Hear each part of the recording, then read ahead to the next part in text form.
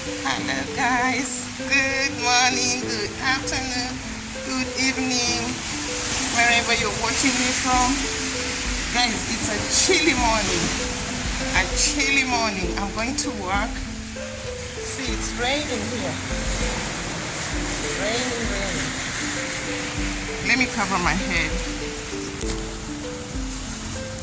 Yeah, I'm going to work, guys, and I decided before I go to work, let me let you know, or maybe upload a video about how I traveled from Atlanta, Georgia, from my first host to my second host. So yeah, I came with my trash. Just wanna trash them here. So guys, oh my god, it's not easy to hold this camera. Whew, it's chilly, it's raining. I'm going to my car, so I know within no seconds. Yeah, there. So I traveled from Atlanta, Georgia to Texas. Whew, it's cold for 24 hours. But it's not a journey like can take 24 hours. It's just like I travel by bus. And guys, today it's a chilly day. Oh my god, it's raining here in Texas. I want to thank you so much, guys, for coming back to watch my videos. Thank you for clicking. And today I want to talk about a journey that took me around 24 hours from Atlanta, Georgia to Texas. So guys, I told you when I arrived in America, I landed at Atlanta. That was my port of entry. And when I landed there, of course my host came and picked me up, and we went to the house. And so I was tired, and I was just figuring out what next or what to do. So where my host was living, I'm sorry, I have a hoarse voice because I think I'm having a cold. I'm sorry, I'm not clear, but it's okay. So where my host was living is like somewhere in the suburbs. So I had to, like, if in case I was supposed to live there, I had to have a car and maybe drive myself to work. And that time, I was just starting, so I did not have a car. So the best thing that we could do was to maybe go to another state real quick, so that I may not stay at the place, at his house, idling around, and maybe I'm not like getting ready to buy a car. I don't have the money right now. I'm not working. Maybe his shift is different from mine. He cannot be picking because that he has his own things he's doing. He has his children. So you cannot go there and cling on to somebody and like you want to be there. So, and that's what I always say. When you go to your host, please just start thinking wise, because sometimes you're there and you're like, you're another something, like you want to fix into their budget, and maybe they're also overwhelmed with their own things. So to cut a long story short, I had to travel from Atlanta to Texas to my second host, who my first host knew, and I was supposed to go there and start life. Of course, in Texas, they had advised me that if there are jobs there, and you can maneuver around and you can start life real quick. So we agreed, and we had to I had to either come to Texas on either way. So in my pocket, I had around $140 that I had landed with from Kenya. $140. That was around 15K, 14K, 15K in Kenya. So now, in Kenyan shilling, sorry. And now, I had to get something to I had to get transportation or a ticket to come to Texas. So we checked around and found that the only means I could use was the bus. So I went ahead and got the ticket. Of course, he went ahead and got the ticket for me, and I traveled by bus. So I paid $120, and I was remaining with $20. So the money that I had in my pocket when I started life in America was $20, around 2,000 shillings. So I had to travel. So I started traveling. It was around 5 a.m. in the morning. Of course, he dropped me at the bus, and I had spent 4 days in his house. And guys, this thing of people arriving in America and they're like, jet lag, oh, let me sleep, I'm so exhausted. I did not know about jet lag. Yes, I was feeling tired, but I was focused.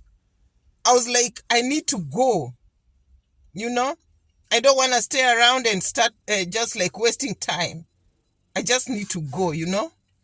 So, of course, I started traveling, and I had challenges on the road, but not as bad. But there were some small challenges. When you're now in a new place and it's a foreign place, you experience some different things that you don't know, and like you're just trying to cope with them, But my host, the host that I went into his house at Atlanta, Georgia, made sure, in fact, he went to bed very late, trying to connect me with the other host, because I had my Kenyan phone and it was a Kenyan number. So the only way we could communicate with my host at Texas was through WhatsApp.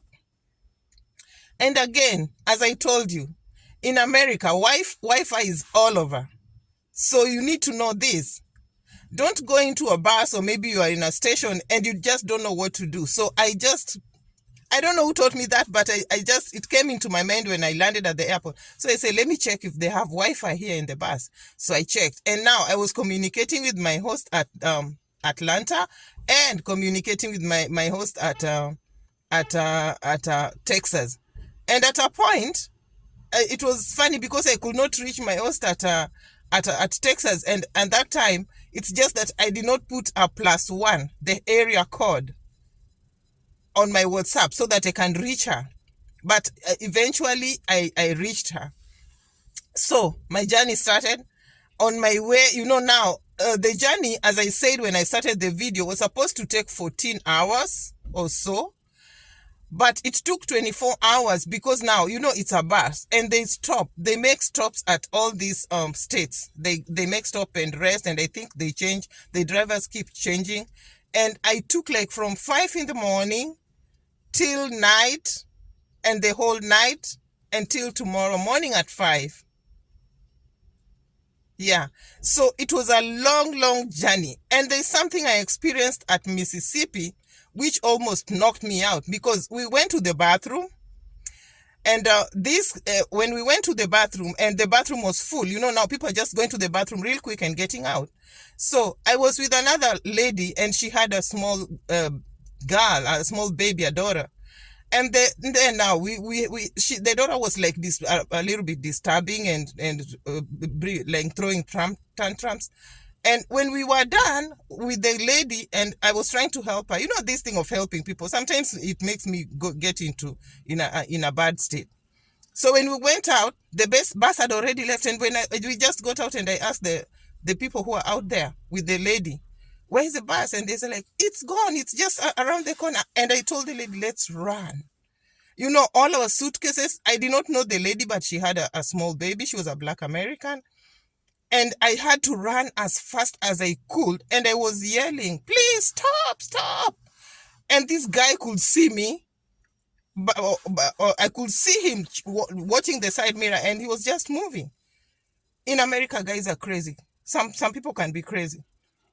So we managed to get the bus. The good thing, but by luck, the bus stopped at a traffic lights. And now I went and started knocking at the door. Please open the door. And I was telling this lady, run, please run, come on, run. And the lady just came running, and we went inside the bus. And like Black Americans, they don't joke. This lady was just on this guy's case. Why didn't you leave us? And she was just yelling in the bus, and I'm like, who? All my suitcases, my documents were in the bus. And again, if I want to let you know, please, if you're traveling and you don't know the status of how you're traveling, carry your important documents on your carry-on. And in case you're going to the bathroom, you have them in your bag, so that in case of anything, you have your documents. You can lose your clothes, you can lose your stuff, but all the documents, you have them. You know what I did? I had put my documents inside my suitcase, and I only had a small bag, you know? Yeah, so yeah, I traveled and now another thing, something that really was stressing me up. I was not getting the accent at all. I wasn't like, it was like, what are they saying? You know? I tried to listen. We are doing a stopover and I'm hungry. I wanna eat, and you don't even know what to say. Like, you don't know what to say you wanna eat because the menu is totally different. What is written there, you're like, what is that? What is that? What can I even eat? And you're going there and you want to order and you don't even know what to order. It was challenging. And again, with the currency, you know how the currency, how you can, like, if you have this dollar, you can translate it to this amount of Kenyan shillings. But now that time, it's not even working. You have the money at hand and you want to buy something and you don't know how much to give, you know? Yes, you have it, but you don't know. They're telling you, okay, it's $35 or $20 or stuff. So you start calculating how much is that in Kenyan shillings, you know? And if you give it out, you don't even know how much change. So these things, I just came to learn them slowly by slowly.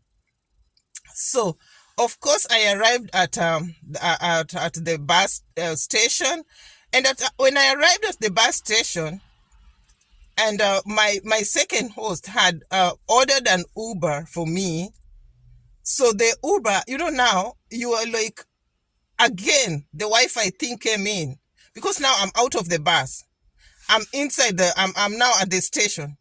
I went inside the station and I swiped the Wi-Fi. Now, I'm telling you these things because don't miss out on people. When you're traveling in America and you have your Kenyan number and you have your Kenyan phone, don't miss out. Please use WhatsApp. Swipe the Wi-Fi. Use the Wi-Fi. It will help you a lot. So now I communicated with her and the driver was on the way, and then I was just running around with my suitcases. I'm pulling my suitcases to the other side, pulling my suitcases, because you have to be aggressive. Don't sit somewhere and assume that somebody's going to come and let you know, oh, so and so have come. You have to be aggressive. So I went through the other door and I saw the driver there, because, that time you're new, you don't even know how the cars come in and how they go out. But now you have to run to the other gate, come back to this other side, and just make sure you don't lose the person. Because, Uber, when they arrive and it's like after 3 minutes, they'll go. They'll not wait for you. So I got the person, and when I heard this guy saying, "Are you Miss Teresa?" I said, "Yeah." "Okay, let me take your suitcases and put them on the trunk." I'm like, whew, at long last, I have made it. So I went to the lady's place of work. She was doing an overnight. So that time it was in the morning. As I told you, I traveled. It was a 24 hours. So I arrived in the morning at 5, around 6, 5, 6. And then when I arrived, and she told me, "You are supposed to be going for an interview at 2. That day I arrived in the morning. I went to the interview at 2. So I was just collecting my stuff, my documents, putting them together at 2. And I went to the interview. When I did the interview, a job interview, I started work immediately. So guys, when I arrived to America, I did not rest, like resting, because the work I was doing, it was a 24 hours work. I did not choose, like I just landed like this and I'm like, I will do what I can do. So I was, and that job, I was sleeping, I was staying at work for 4 days. So you can imagine. And it was a good experience. But this thing of arriving in America, if you can rest, you can rest. If you feel like you want to just be aggressive and start doing something, it will save you a lot. Because that same thing that I did, because I started working in December, when people were getting their stimulus checks, I got mine. because they were closing the year in December and they were looking at if you worked in December and you are in America. So if I just sat down and waited and started work in January, maybe I could not get my stimulus check. So you see the difference of being aggressive. There's a very big difference of being aggressive. Ask, run to this place, do this, do that, And when you're doing these things, you don't even know what is forthcoming. At the end of the day, you just find yourself, oh, because I did this, this is what came out, So stimulus check was being given that time because of the COVID-19, and it was like a free money just to assist people because there was a pandemic, and I arrived at that time when it was bad. Things were bad in the whole world. So guys, I think I've told you so much. I've talked about this journey, and I was just like trying to advise somebody out there that if you arrive in America and you want to do some few things, like don't wait, don't just sit somewhere and relax. That 1 month will make a difference. Immediately you get your documents, just start. Because even when I was introduced to this guy at my workplace at the first job, I did not have the papers, but I had my document, my permanent resident, whatever, when they want the green card, or whatever. So I started work with that, and I told him my papers are still. And when you give that, they know. They will do a background check. So thank you, guys. Let me go to work. Thank you for subscribing. Thank you for liking. Thank you for sharing. And please keep on subscribing. Keep on liking. I will truly appreciate you guys. And as I always promise, I will be back with more videos. Bye-bye. Thank you.